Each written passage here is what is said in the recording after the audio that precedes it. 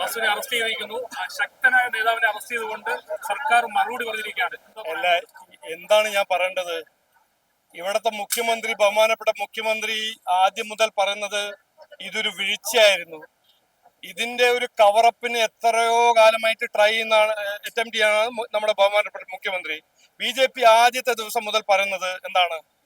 ഇതെല്ലാം ഈ കൊള്ള നടന്നത് ഇവിടുത്തെ മന്ത്രിയും മുഖ്യമന്ത്രിയും ഇതിന്റെ പിന്തുണ കൊണ്ട് മാത്രമേ ഇതെല്ലാം നടക്കാൻ പറ്റൂ. അത് നമ്മൾ കൃത്യമായി അന്ന് തന്നെ പറഞ്ഞതാണ്. നമ്മൾ എന്താണ് ചോദിച്ചത്? BJP ചോദിച്ചത് മന്ത്രി രാജിവെക്കണം, ഒരു CBI അല്ലെങ്കിൽ സെൻട്രൽ ഇൻവെസ്റ്റിഗേറ്റീവ് ഏജൻസിന്റെ ഒരു അന്വേഷണം നടക്കണം, ദേവസ്വം ബോർഡിനെ പിരിച്ചു വിടണം. ഇതാണ് ഞങ്ങളുടെ അന്നും ആദ്യത്തെ ദിവസം മുതൽ ഇന്ന് വരെ ഞങ്ങൾ പറഞ്ഞത്. ഇപ്പോ ആദ്യം അവര് പറഞ്ഞു വീഴ്ചയാണ്. അപ്പോ ഇത് കണ്ട് ജനങ്ങൾക്ക് അത് പിടിക്കുന്നില്ല എന്ന് കണ്ടപ്പോൾ ഒരു പോറ്റീനെ കൊണ്ടുവന്നു. അത് കഴിഞ്ഞിട്ട് ഇപ്പൊ ഒരു വാസു. നോക്കൂ, ഇതെല്ലാം ശരി, വാസുവും ജയിലിൽ പോണം, പോറ്റിയും ജയിലിൽ പോണം. പക്ഷേ ഇതിന്റെ പിന്നിൽ ആരാണെന്ന് നമ്മൾ അന്വേഷിച്ചിട്ട് കണ്ടുപിടിച്ചില്ലെങ്കിൽ ഈ വിശ്വാസികളെ വഞ്ചിക്കുന്ന ഒരു കാര്യമായിരിക്കും. ഇതിനെ കവറപ്പ് ചെയ്യാൻ ഞങ്ങൾ സമ്മതിക്കില്ല.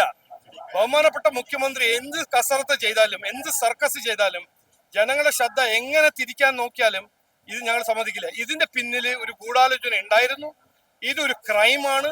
ക്രൈം ആണെങ്കിൽ ക്രിമിനൽസ് ഉണ്ടാവും. ക്രിമിനൽസ് ആരാണെന്ന് അന്വേഷണം ചെയ്ത് അവരെ പിടിച്ച് ജയിലിൽ അയക്കണം.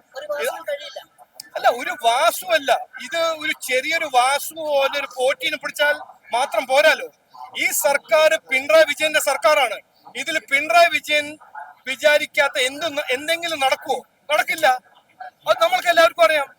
നമ്മളെല്ലാം രാഷ്ട്രീയക്കാരാണ്, ജനങ്ങളെ സേവിക്കുന്ന ആൾക്കാരാണ്, വിട്ടുകളല്ലല്ലോ. നമുക്ക് എല്ലാവർക്കും അറിയാം. പിണറായി വിജയൻ സർക്കാരിൽ പിണറായി വിജയൻജി പറയാത്തത് എന്തെങ്കിലും നടക്കാൻ സാധ്യതയുണ്ടോ? നിങ്ങൾ തന്നെ ചോദിച്ചു നോക്കൂ. ഒരു സാധാരണ ഒരു വിശ്വാസിയോട് ചോദിച്ചു നോക്കൂ. 2018 ആരാണ് ഈ ദ്രോഹം ചെയ്തത്? പിണറായി വിജയൻ. അപ്പൊ ഇതെല്ലാം ചെയ്തത് ഒരു മനസ്സ്, ഒരു എന്താ പറയാ, ഒരു ദ്രോഹം ചെയ്യണം, കൊള്ള ചെയ്യണം എന്ന് മനസ്സ് വെച്ച് ചെയ്തതാണ്. ഇത് ആരാണ് ചെയ്തത്, എങ്ങനെ ചെയ്തു, എന്ത് ധൈര്യത്തോടെ ചെയ്തു, ഇത് നമ്മൾ അന്വേഷിച്ചിട്ട് പിടിക്കണം.